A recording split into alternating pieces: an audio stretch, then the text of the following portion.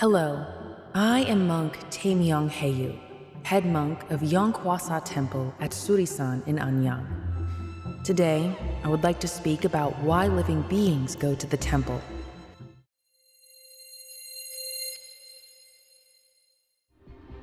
Why do living beings go to the temple? The reason they go is to receive good blessings. No one goes for no reason, right? Then what is a blessing? Then one comes to the Buddha to receive blessings. So what are blessings?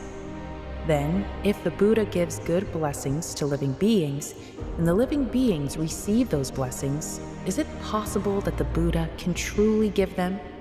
If the Buddha is one who can give blessings and virtues, then what kind of person can become a Buddha?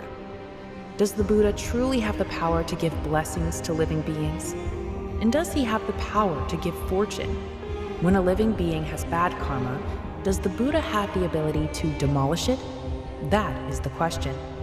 I myself am an enlightenment learner who became a monk under the representative denomination of Korean Buddhism, the Joygye order, and I too am a shaven-headed monk.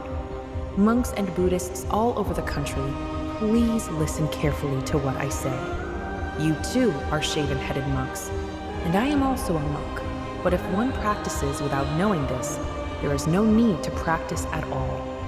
When one becomes the disciple of the Buddha, and the Buddha becomes the teacher, the disciple learns everything from the teacher and practices. But then, when living beings go to the Buddha to receive blessings and have their bad karma demolished, does the Buddha truly have the power to do such things? We must think about this. If the Buddha does have such power, then surely the Buddha will emit light from his body.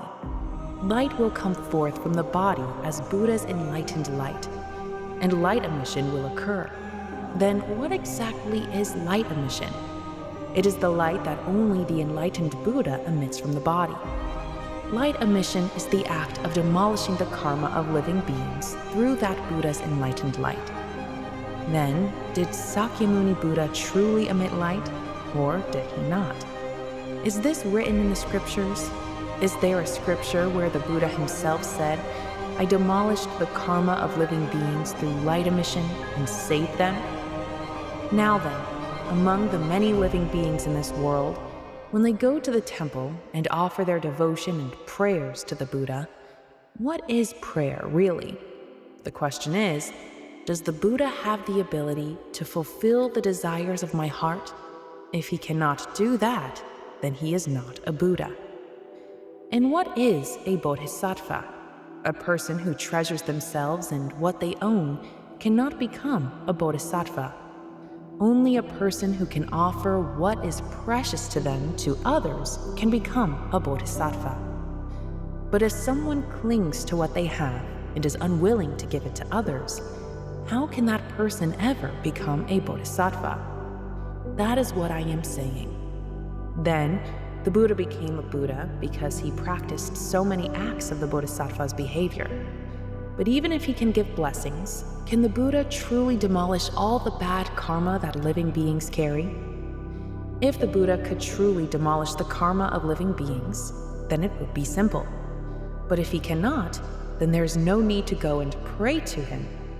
What is the use of begging someone who cannot help? Isn't that so? It's like the sun rising but being blocked by clouds. You cannot see the sun. Likewise, no matter how successful or learned a person may be, if they are covered by bad karma, they cannot see the world.